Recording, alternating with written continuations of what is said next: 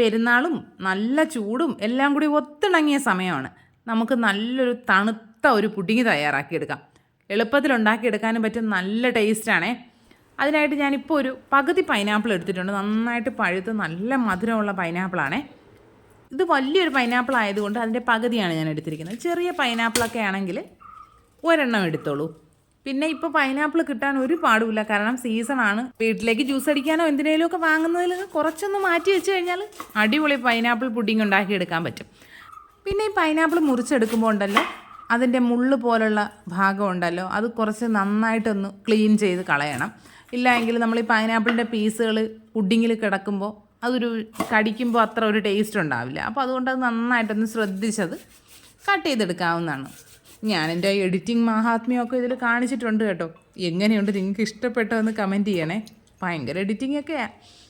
ഇനി നമുക്കിതിനെ വൃത്തിയാക്കിയ പൈനാപ്പിളിനെ എല്ലാം ചെറിയ ചെറിയ പീസുകളാക്കി മുറിച്ചെടുക്കാവുന്നതാണ്.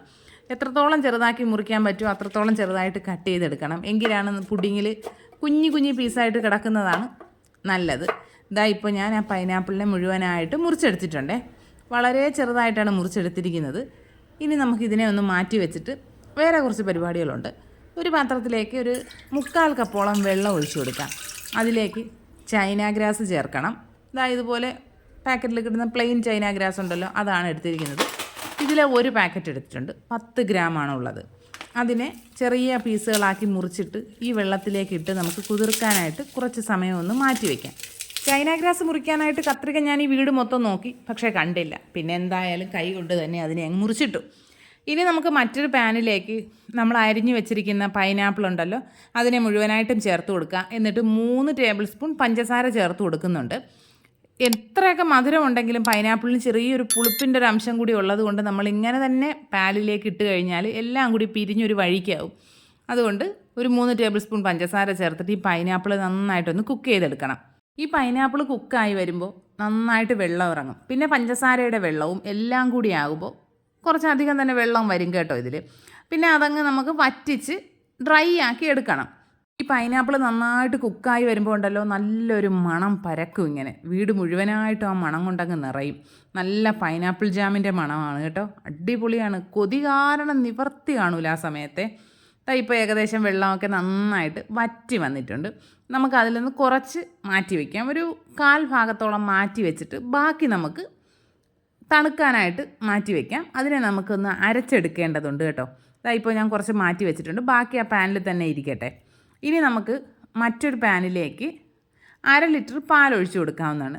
പാക്കറ്റ് പാലാണെങ്കിലും മതിയാകും. ഏതായാലും ഫുൾ ഫാറ്റ് മിൽക്ക് എടുക്കാൻ ശ്രദ്ധിക്കുക കേട്ടോ. ഞാനിപ്പോൾ സാധാരണ നമ്മുടെ പശുവിൻ പാലാണ് എടുത്തിരിക്കുന്നത്. ഇനി ഇതിലേക്ക് മധുരത്തിന് ആവശ്യമായിട്ടുള്ള പഞ്ചസാര ചേർക്കുന്നുണ്ട്. 1/2 കപ്പും 2 ടേബിൾ സ്പൂണും കൂടിയാണ് പഞ്ചസാര എടുത്തിരിക്കുന്നത്. അത് ചേർത്ത് കൊടുത്തിട്ട് നന്നായിട്ടൊന്ന് മെൽറ്റാക്കി എടുക്കാം. നിങ്ങളുടെ കയ്യിൽ കണ്ടൻസ്ഡ് മിൽക്ക് ഉണ്ടെങ്കിൽ ഒരു 1/4 കപ്പ് പഞ്ചസാരയും 1/4 കപ്പ് കണ്ടൻസ്ഡ് മിൽക്കും കൂടെ ചേർത്ത് കൊടുക്കാവുന്നതാണ്. ചേർത്ത് കൊടുത്തിട്ട് മധുരം നോക്കുക. ഇനി ഇതിലേക്ക് നമ്മുടെ പൈനാപ്പിൾ എസൻസാണ് ഒഴിക്കുന്നത്.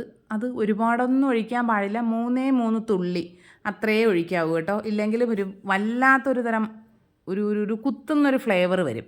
അതുകൊണ്ട് 3 തുള്ളി പൈനാപ്പിൾ എസൻസ് ഒഴിക്കുക. ഇനി നമുക്ക് ആ പാല് തിളയ്ക്കാനായിട്ട് വേറൊരു അടുപ്പിലേക്ക് മാറ്റി വെച്ച് കൊടുക്കുക.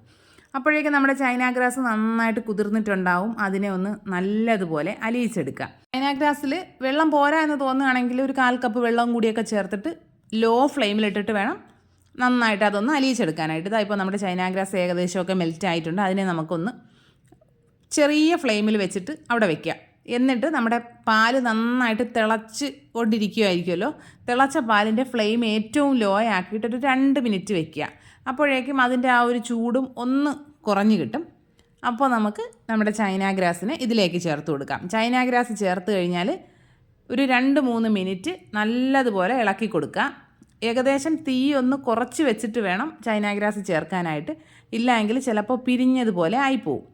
ചൈന ഗ്രാസും പാലും കൂടി നന്നായിട്ട് മിക്സ് ചെയ്ത് ഫ്ലെയിം ഓഫ് ചെയ്ത് മാറ്റി വെച്ചിട്ടുണ്ട്. ഇനി നമ്മൾ നേരത്തെ തയ്യാറാക്കി വെച്ചിരിക്കുന്ന പൈനാപ്പിളിനെ മിക്സിയുടെ ജാറിലിട്ട് നല്ലതുപോലെ അടിച്ചെടുക്കണം. തരിയൊന്നും ഇല്ലാണ്ട് നല്ല പേസ്റ്റ് പോലെ അരച്ചെടുക്കണം. വെള്ളം ഒന്നും ചേർക്കാനേ പാടില്ല. ഇനി നമ്മുടെ പാലും ചൈന ഗ്രാസും കൂടെ ഉള്ള മിക്സ് വേറൊരു ബൗളിലേക്ക് ഞാൻ മാറ്റി കൊടുക്കുന്നുണ്ട്. അതിലേക്ക് അരച്ചെടുത്തിട്ടുള്ള പൈനാപ്പിളിൻ്റെ പ്യൂരി ചേർത്ത് കൊടുക്കാം. ചേർത്ത് കൊടുത്തിട്ട് നന്നായിട്ട് മിക്സ് ചെയ്യുക. പൈനാപ്പിൾ പുഡിംഗ് ആയതുകൊണ്ട് ഒരു കളർ വേണമെന്ന് തോന്നുകയാണെങ്കിൽ കുറച്ച് യെല്ലോ ഫുഡ് കളർ ചേർത്ത് കൊടുക്കാവുന്നതാണ്. ഞാനിപ്പോൾ ചേർത്തിട്ടില്ല. നമ്മുടെ പൈനാപ്പിൾ പ്യൂരി എല്ലാം ചേർത്തിട്ട് നന്നായിട്ട് മിക്സ് ചെയ്തതിന് ശേഷം ഇതിലേക്ക് നമുക്കൊരു 1/4 കപ്പ് ഫ്രഷ് ക്രീം ചേർത്ത് കൊടുക്കാം. എൻ്റെ കയ്യിൽ ഇപ്പോൾ ഫ്രഷ് ക്രീം ഇല്ലാത്തത് കൊണ്ട് ഞാൻ വിപ്പിംഗ് ക്രീമാണ് ചേർക്കുന്നത്. ഫ്രഷ് ക്രീമാണ് കേട്ടോ ടേസ്റ്റ് കൂടുതൽ. വിപ്പിംഗ് ക്രീം കൂടെ ചേർത്തിട്ട് നല്ലതുപോലെ മിക്സ് ചെയ്തെടുക്കുക. കട്ടയൊന്നും ഇല്ലാണ്ട് എല്ലാം മിക്സ് ചെയ്തതിന് ശേഷം നമുക്കിതിനെ അരിച്ചെടുക്കണം. നമ്മൾ ചൈന ഗ്രാസ് ചേർത്തപ്പോൾ അരിച്ചില്ല, പിന്നെ പൈനാപ്പിൾ അരച്ച് ചേർത്തിരിക്കുന്നു. അതൊക്കെ കൊണ്ട് നന്നായിട്ടൊന്ന് അരിച്ചെടുക്കണം. അപ്പോൾ അതിൽ എന്തെങ്കിലും അരയാതെ കിടക്കുന്ന പീസുകളൊക്കെ ഉണ്ടെങ്കിൽ അതിന് നമുക്ക് മാറ്റിയെടുക്കാൻ പറ്റും. പിന്നെ ഇതെല്ലാം പെട്ടെന്ന് തന്നെ ചെയ്യണം, ഇല്ലെങ്കിൽ ചൈന ഗ്രാസ് ചേർത്തിരിക്കുന്നതുകൊണ്ട് പെട്ടെന്ന് തിക്കാവാൻ തുടങ്ങും കേട്ടോ. ഇതായിപ്പോൾ എല്ലാം അരിച്ച് മാറ്റി വെച്ചിട്ടുണ്ട്. ഇനി നമുക്ക് പുഡിംഗ് ഏത് ട്രേയിലാണോ സെറ്റ് ചെയ്യേണ്ടത് ആ ട്രേയിലേക്ക് ആദ്യം കുറച്ച് നമ്മുടെ പൈനാപ്പിൾ പീസസ് ഇട്ട് കൊടുക്കാം. നിങ്ങളുടെ കയ്യിൽ പൈനാപ്പിളിൻ്റെ ജെല്ലി ഉണ്ടെങ്കിൽ അതും ചേർത്ത് കൊടുക്കാം കേട്ടോ. ഇനി കുറേശ്ശെയായിട്ട് ഈ ബാറ്റർ ഇതിലേക്ക് ഒഴിച്ചു കൊടുക്കുക. ഒരു തവി വെച്ചിട്ട് കോരി ഒഴിച്ചു കൊടുക്കുന്നതാണ് ഏറ്റവും നല്ലത്. കുറേശ്ശെയായിട്ട് ഒഴിച്ച് ഒരു അരഭാഗത്തോളം പാത്രത്തിൽ ഒഴിച്ചതിന് ശേഷം മുകൾ ഭാഗത്തായിട്ട് വീണ്ടും പൈനാപ്പിളിൻ്റെ പീസസ് ഇട്ട് കൊടുക്കുക. ജെല്ലി ഉണ്ടെങ്കിൽ അതും ചേർത്ത് കൊടുക്കാവുന്നതാണ്. പിന്നെ ഈ ഒരു പാത്രത്തിലത് മുഴുവനായിട്ട് ഞാൻ ഫ്രിഡ്ജിൽ വെച്ച് ഒന്ന് തണുപ്പിച്ച് സെറ്റ് ചെയ്തെടുക്കാനാണ് ഉദ്ദേശിക്കുന്നത്. പിന്നെ എൻ്റെ തണുപ്പ് കഴിക്കാൻ പാടില്ലാത്ത മോൾക്ക് വേണ്ടി കുഞ്ഞൊരു ബൗളിൽ ഞാൻ വേറെ സെറ്റ് ചെയ്യുന്നുണ്ടേ. പൈനാപ്പിൾ പീസസൊക്കെ ഇട്ട് ഒന്ന് ഡെക്കറേറ്റ് ചെയ്തതിന് ശേഷം നമുക്കിതിന് ഫ്രിഡ്ജിൽ വെച്ച് കൊടുക്കാം. ഒരു 2 മണിക്കൂറൊക്കെ ഒന്ന് ഫ്രിഡ്ജിൽ വെച്ച് സെറ്റ് ചെയ്തെടുക്കുമ്പോൾ നല്ല ടേസ്റ്റാണ്. ഇതായി കുഞ്ഞ് ബൗളിലുള്ളത് എൻ്റെ മോൾക്ക് വേണ്ടിയിട്ടാണ് കേട്ടോ. അത് പുറത്ത് വെച്ചാണ് സെറ്റ് ചെയ്യുന്നത്. പുറത്ത് വെച്ചിരുന്നാലും നല്ല കിടിലമായിട്ട് സെറ്റായി കിട്ടും. ഇപ്പോൾ ഏകദേശം ഒരു 2 മണിക്കൂറോളം ഫ്രിഡ്ജിൽ വെച്ച് സെറ്റ് ചെയ്തെടുത്തിട്ടുണ്ട്. എനിക്ക് ഈ പുഡിംഗ് ഉണ്ടല്ലോ നല്ല സോഫ്റ്റായിട്ട് കഴിക്കാനാണ് ഇഷ്ടം. നിങ്ങൾക്ക് കുറച്ചുകൂടി നല്ല അലുവയൊക്കെ മുറിച്ചെടുക്കുന്നത് പോലെ അത്രയും നല്ല കട്ടയായിട്ട് വേണം പുഡിംഗ് വേണ്ടത് എങ്കിൽ എന്ത് ചെയ്യാം, നമുക്കൊരു 5 ഗ്രാം ചൈന ഗ്രാസ് കൂടിയൊക്കെ എടുക്കാവുന്നതാണ്. 15 ഗ്രാം ചൈന ഗ്രാസ് എടുക്കുകയാണെങ്കിൽ കുറേ കൂടി നല്ലൊരു ടെക്സ്ചറിൽ കിട്ടും. അടിപൊളി ടേസ്റ്റുള്ള ഒരു പുഡിങ്ങാണ്. എന്തായാലും നിങ്ങളൊന്ന് ട്രൈ ചെയ്ത് നോക്കണം. സൂപ്പർ ടേസ്റ്റാണ്. കഴിച്ചു കഴിഞ്ഞാൽ ഇങ്ങനെ കഴിച്ചുകൊണ്ടേയിരിക്കാൻ തോന്നും, അത്രയ്ക്ക് ടേസ്റ്റാണ്. എല്ലാ കൂട്ടുകാരും ട്രൈ ചെയ്ത് നോക്കുക. ഫീഡ്ബാക്സൊക്കെ കമൻറ്റ് ബോക്സിൽ അറിയിക്കുക. വീഡിയോ ഇഷ്ടപ്പെട്ട് കഴിഞ്ഞാൽ ലൈക്ക് ചെയ്യുക, കമൻറ്റ് ചെയ്യുക, ഷെയർ ചെയ്യുക, ഹൈപ്പ് ചെയ്യാനും മറന്നു പോകരുതേ. ഇനി നമുക്ക് മറ്റൊരു അടിപൊളി വീഡിയോ ആയിട്ട് ഉടനെ തന്നെ കാണാം. അതുവരെ എല്ലാ കൂട്ടുകാർക്കും ബൈ.